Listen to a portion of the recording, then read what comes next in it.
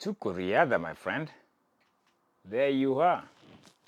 The other side of me, the human being that is sitting, enjoying life on the other side of this camera. Hoping you're doing well. Happy Men's Mental Month of June. Mental health, that's what I'm trying to say. I don't know how I said it. It sounded kind of flip-flopped on it.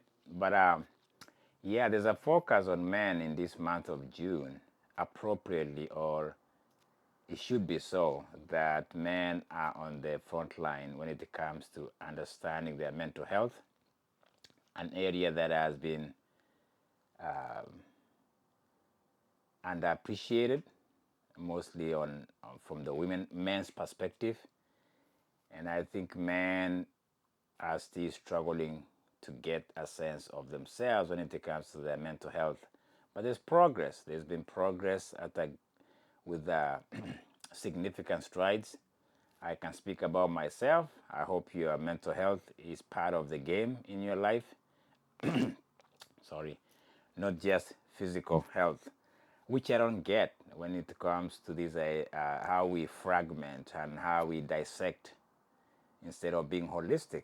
I don't know how we try to say we are going to the gym and we are forgetting that part of going to the gym to tone those muscles or show those biceps or quads, whatever, it should be in the doing it with a sense of gluing it together, bringing it together holistically. I hope that's what men are trying strive to do every day. I think is a subject or is an area that needs to be interrogated more, appreciated more, embraced more by men. Our feelings, our emotions, they are not just they're not just in a vacuum. They're not just outside our bodies. I think we to suppress our emotions is our Achilles. Men, I'm speaking of to men particularly. And if we can embrace this holistic approach to our lives, I think we have a better chance of living a more healthy life, more sober life, and more of what we were intended to be. Anyway, it's a month that is focusing on men's mental health. It's dedicated for that, and I'm a big fan of that.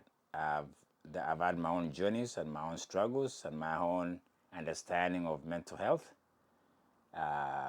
Hopefully, I'm getting to a place whereby I can speak with some confidence that I've seen progress.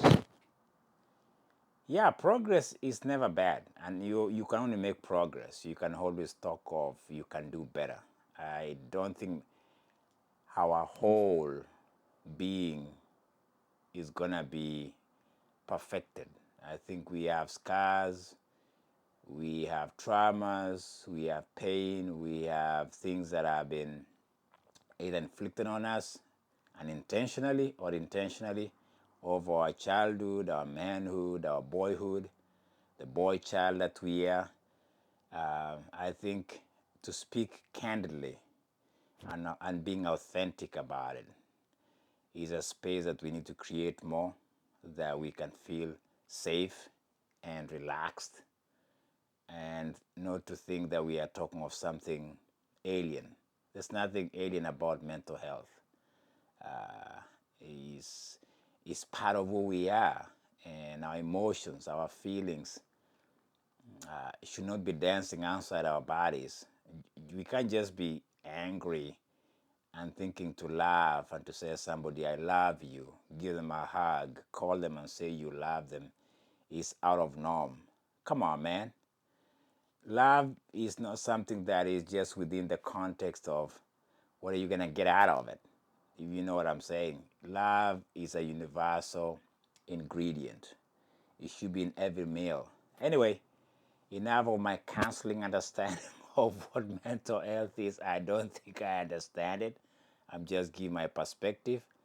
Hopefully your mental health is doing well, that you are aware of your mental health, you are aware of your physical health, you are not compartmentalizing and trying to dissect these things indifferently, you are always embracing it.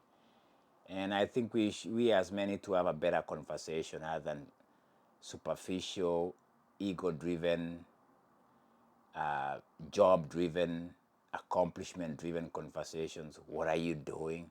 Why do we have to have a conversation that has to do with what we do? That's not really who we are. What we do is not what defines our manhood. It's who we are, the core, that defines our manhood. When you encounter men, the first thing you hear is, "So what are you doing? What are you doing lately?" Why? I don't know why we are so trapped in that cobweb of, it sounds very performance driven conversation.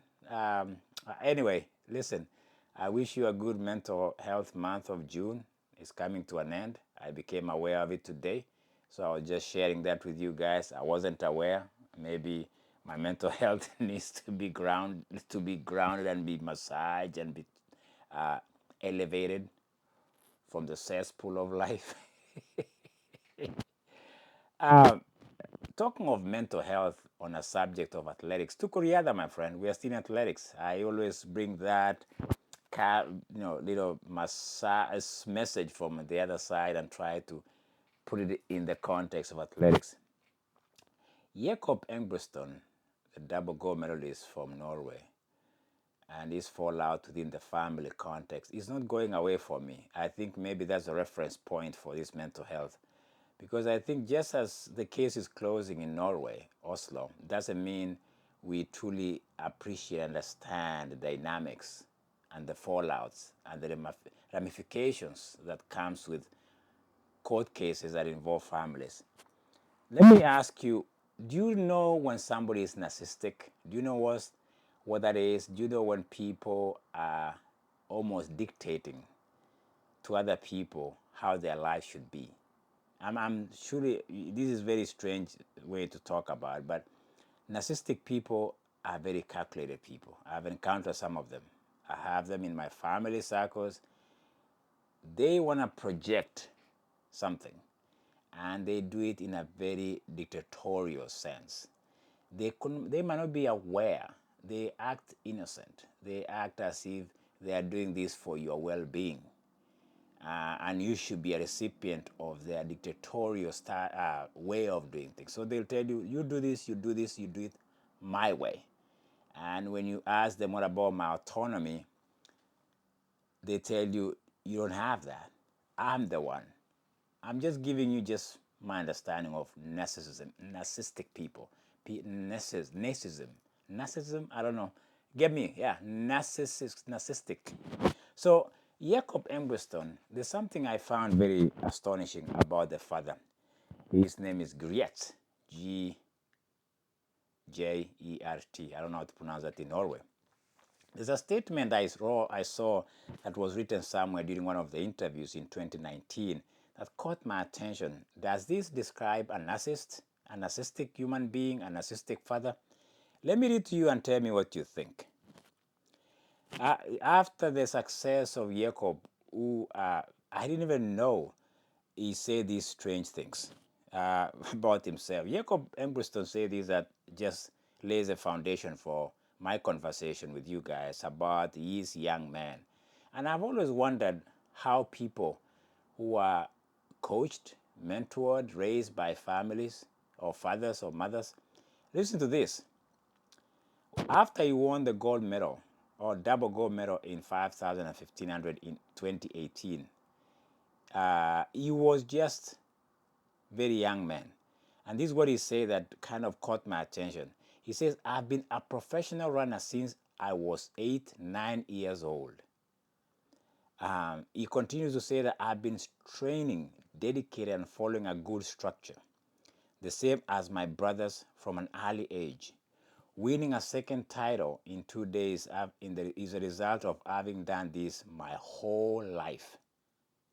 So he's very young and he's seeing himself as this machine, this supreme machine with a structure that is highly focused, that is all it cares about is winning by all means necessary. That's a young man who says at 8, 9, 10, he was a professional. How do you listen? I came to running at a very later age. I was never that successful like Jakob Ingebrigtsen. But this strikes me odd as a person who has been trying to understand Jakob's father. Jakob's father was a father to Jakob. He was a coach. He was his agent. He was his manager. In one, so he was in total control of Jakob and the brothers' running career. That's a fact. And he had a meticulous, a very watertight, meticulous, planned way of them to succeed. Listen to what the father said at a certain point in 2019. Very shocking to me because I've been trying to give the father a break, and I don't think he's somebody we really understand because we don't hear much about him. He was interviewed at one point, and he said that he's a strict parent, and he has traditional tendencies and patriarch, what is, they would describe his fatherhood. So yeah, that he's a father, everything comes from the father, and you bow down to the expectations that comes from that strict traditional patriarch. And this is what he said again. He himself, as a father, grew up without a father figure. He lost his father when he was 4 years old. I'm just trying to understand his family. Maybe I'm trying too much. At one point, I think I told you guys I've had enough about the family.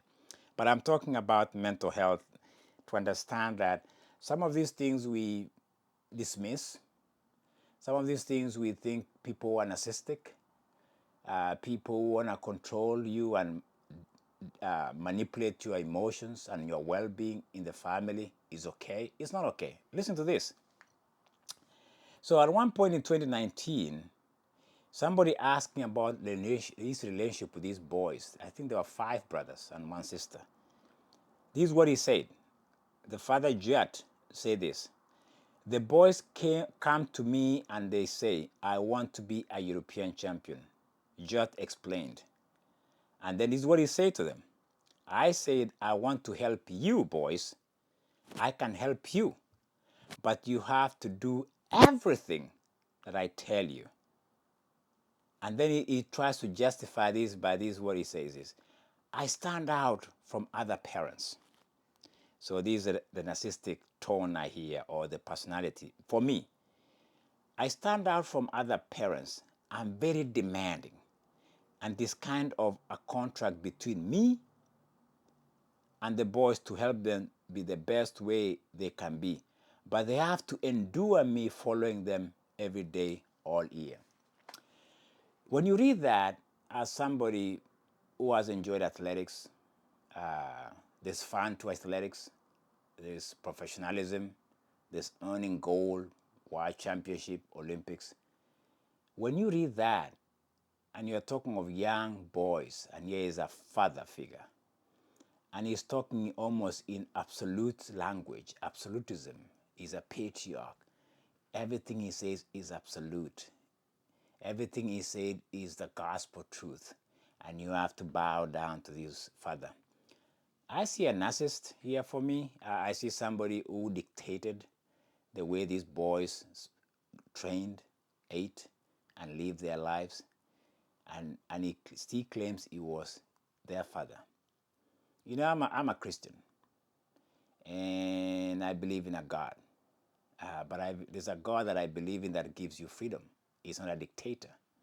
He doesn't dictate everything in your lives. You have a choice. That's one thing we don't really see very much when it comes to God. We think God is just this guy who's just out there whipping. That's how I grew up too, where you think God is a God who just whips you to shape, tells you what to do, is in charge of everything. People say God is in total control.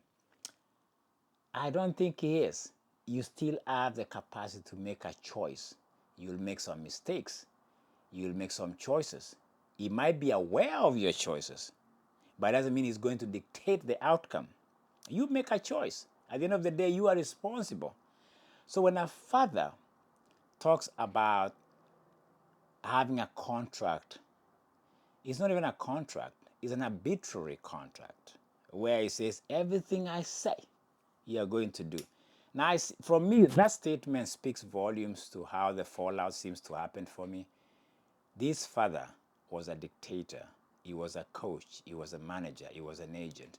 As much as we don't hear much from court system that acquitted him of all these allegations about abuse and all that stuff that Jakob talked about, the language for some of us sitting on this side of the unfolding events in Jakob Ingebrigtsen family tells me this patriarch guy, this traditional guy, doesn't allow different voices. As much as people might just say, oh, look at the book he wrote, look at the success stories of his, if he wasn't the one pushing them, telling them how many miles they have to do a day, what time to go to bed, where to go, he's a narcissist. It's a narcissistic kind of a parent to me. And it's a problematic thing that sometimes maybe the court system doesn't have the capacity to tell us who he was. I saw his haircut, his demeanor. And I'm not saying this to defend Jakob. I think Jakob, at a certain point, there's a video that came out that he was pushing back on his father and telling them in an argument, an outburst of anger, that you can't do this, blah, blah, blah, that was recorded during one of the documentaries in Norway. It doesn't really tell us.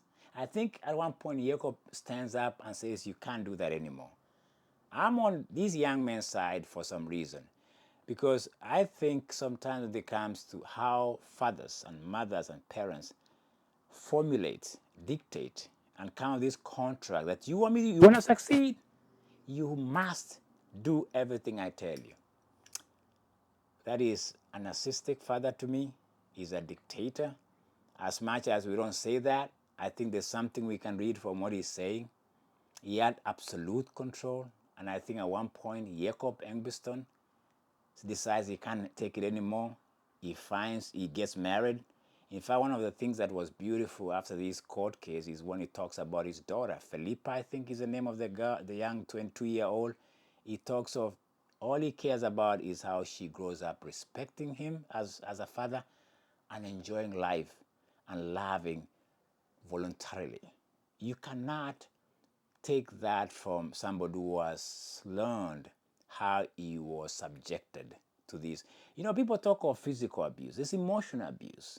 And for me, I'm reading this story with a sober mind because some of us have suffered this, whereby some people in families always tell you, no, it's your problem. You're not listening to me. Let me tell you how things are done. Without really appreciating your autonomy, your humanity, your flaws, your imperfections, and embracing you as you are. Jakob Ingebrigtsen, to me, I think, as a message to people in sports. Mental health is paramount. It transcends sports. Your well-being transcends all these performance. I don't think if you ask Jakob Ingebrigtsen right now, he cares about the gold medals he's won. You know what he cares about? What I heard from his Instagram? His wife, his daughter, and his well-being. You guys, yes, I want him to see him running. I want to see him, do well in sports. I want to see him do well in athletics, in World Championship. But if you ask him right now, it's about his mental health, his well-being, so that he can be able to raise a young girl and be able to recover from what I believe was narcissistic father who damaged these young men. I'm sitting here saying I can see it from these statements of a person who say how do you have a contract with your boys? Who wrote the contract other than you as a father? He dictated the contract and signed at the bottom, you do what I say. The only way you can succeed is because you look up to me and I spew everything to you and you follow it like a blind person.